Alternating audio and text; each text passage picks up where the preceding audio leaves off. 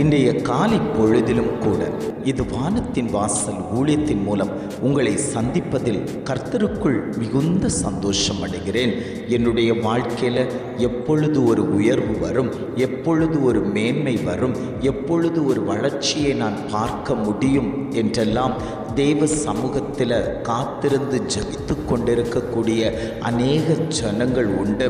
ஆண்டவர் அந்த ஜனங்களை பார்த்து சொல்லுகிறார், நான் உங்களை ஏற்ற காலத்தில் உயர்த்துவேன், மேன்மைப்படுத்துவேன் என்று இன்றைய காலை பொழுதில் ஒவ்வொரு குடும்பங்களையும் பார்த்து ஆண்டவர் வாக்கு கொடுத்து கொண்டிருக்கிறார். இன்றைய காலை பொழுதிலும் கூட ஆண்டவர் நமக்கு தரக்கூடிய நல்ல வார்த்தை என்னவென்றால் 1 பேதுரு 5ஆம் அதிகாரம் 6ஆம் வசனம் இவ்வாறாக சொல்லுகிறது, ஏற்ற காலத்திலே தேவன் உங்களை உயர்த்தும்படிக்கு அவருடைய பலத்த கைக்குள் அடங்கியிருங்கள். வசனம் இவ்வாறாக சொல்லுகிறது, ஏற்ற காலத்திலே தேவன் உங்களை உயர்த்தும்படிக்கு அவருடைய பலத்த கைக்குள் அடங்கியிருங்கள். ஆண்டவர் குடும்பங்களை பார்த்து சொல்லுகிறார், உங்களை உயர்த்துவதற்கென்று ஒரு ஏற்ற காலம் உண்டு.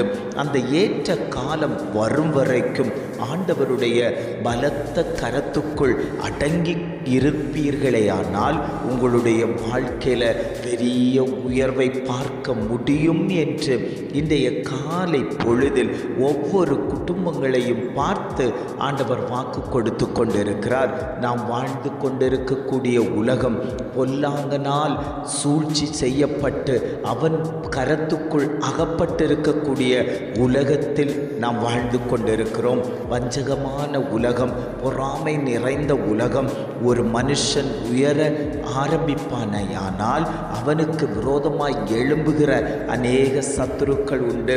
இவன் எப்படி உயர்ந்து விட்டான், இவன் எப்படி வாழப்போகிறான், இவன் எப்படி மேன்மை அடைந்து விட்டான் என்றெல்லாம் வன்கண் வைத்து பொறாமை வைத்து அவனை கீழே தள்ளி விடுவதற்கு அநேக திட்டங்களையும் தீர்மானங்களையும் வகுத்து அவனுக்கு விரோதமாய் செயல்படுகிற சத்துருக்களின் கூட்டங்கள் உண்டல்லவோ.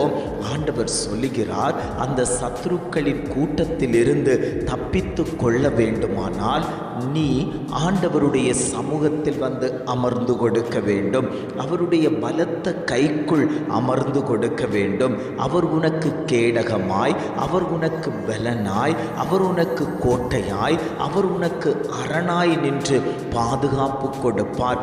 அவருடைய கோட்டைக்குள் எந்த சத்ருவும் உள்ளே நுழைய முடியாதபடிக்கு அக்கினி மதில் போட்டு அவர் அடைத்து பாதுகாக்கக்கூடிய தெய்வம் இன்றைக்கு உங்களை பார்த்து சொல்லுகிறார், நீங்கள் உயர்வு அடைய வேண்டுமானால் கர்த்தருடைய கரத்துக்குள் அடங்கி இருக்க வேண்டும். எலியாவை நீங்கள் பார்ப்பீர்களே, ஆனால் ஆகாப் ராஜாவுக்கு முன்பாக பாகால்களை ஆகாபு ராஜா வணங்கினதினால் அவனுக்கு முன்பாக நின்று அவர் எச்சரிக்கை கொடுக்கிறார், நீ பாகால்களை வணங்கின காரணத்தினால் இந்த தேசம் பஞ்சத்துக்குள் அகப்பட போகிறது, பனியும் மழையும் இந்த தேசத்தில் பெய்யாது என்று சொல்லி அவன் கர்த்தருக்கு முன்பாக நிற்கிற நான் கூறுகிறேன் என்று சொன்ன எலியாவை ஆண்டவர் சந்தித்து சொன்னார், நீ கேரி தாற்றண்டையில் போய் அமர்ந்திரு. காரணம் என்ன தெரியுமா? ஆகாபு என்கிறவன் அவன் கோபமாய் எலியாவை கொல்வதற்கு பல திட்டங்கள் தீட்டுவான். அவன் எலியாவை அழித்து விடுவான். எலியாவின் மேல் தேவ திட்டமும் தரிசனமும் நிறைவேற்றப்பட வேண்டியிருக்கிறதால் ஆண்டவர் எலியாவை பார்த்து சொன்னார், நீ கேரி தாற்றண்டையில் போய் மௌனமாயிரு, அமைதலாயிரு, அடங்கியிரு என்று சொன்ன அந்த வார்த்தையை கீழ்ப்படிந்து அவன் கேரி தாற்றண்டையில் போய் அமர்ந்து கொண்டான். அவனுக்கு வேண்டிய அத்தனை ஆகாரங்களையும் கர்த்தர் ஒரு காகத்தை கொண்டு அவனுக்கு போஜனம் கொடுத்தார். இன்றைக்கு ஆண்டவருடைய வார்த்தையை கேட்டு நீங்கள் அடங்கி இருப்பீர்களே ஆனால் உன் குடும்பத்தில், உன் பிள்ளைகளுடைய காரியத்தில், உன் தொழிலில் கர்த்தருடைய கரம் வைக்கப்படும் என்று ஆண்டவர் குடும்பங்களை பார்த்து ஆண்டவர் சொல்லிக் கொண்டிருக்கிறார்.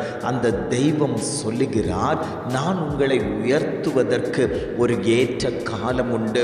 பிரசங்கி சொல்லும்போது நட ஒரு காலம் உண்டு, நட்டதை பிடுங்குவதற்கு ஒரு காலம் உண்டு, அழ ஒரு காலம் உண்டு, சிரிக்க ஒரு காலம் உண்டு என்று பல காலங்களை வகுத்து பிரசங்கி கூறியிருக்கிறது போல ஆண்டவர் சொல்லுகிறார், என்னுடைய தேவ ஜனத்தை நான் உயர்த்துவதற்கு அவர்களுக்கென்று ஒரு காலத்தை நான் வைத்திருக்கிறேன்.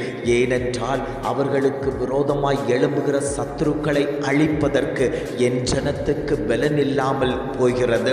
அந்த ஜனத்தை பாதுகாக்க நான் அவர்களுக்கு முன்பாக நின்று யுத்தம் பண்ணி கொண்டிருக்கிறேன். நான் அவர்களுக்காக எழும்பி பிரகாசித்து கொண்டிருக்கிறேன். நான் சத்துருக்களை அழிக்கும் போது அவர்களுடைய கரம் உயர்த்தப்படும், அவர்களுடைய வாழ்க்கை தரம் உயர்த்தப்படும்.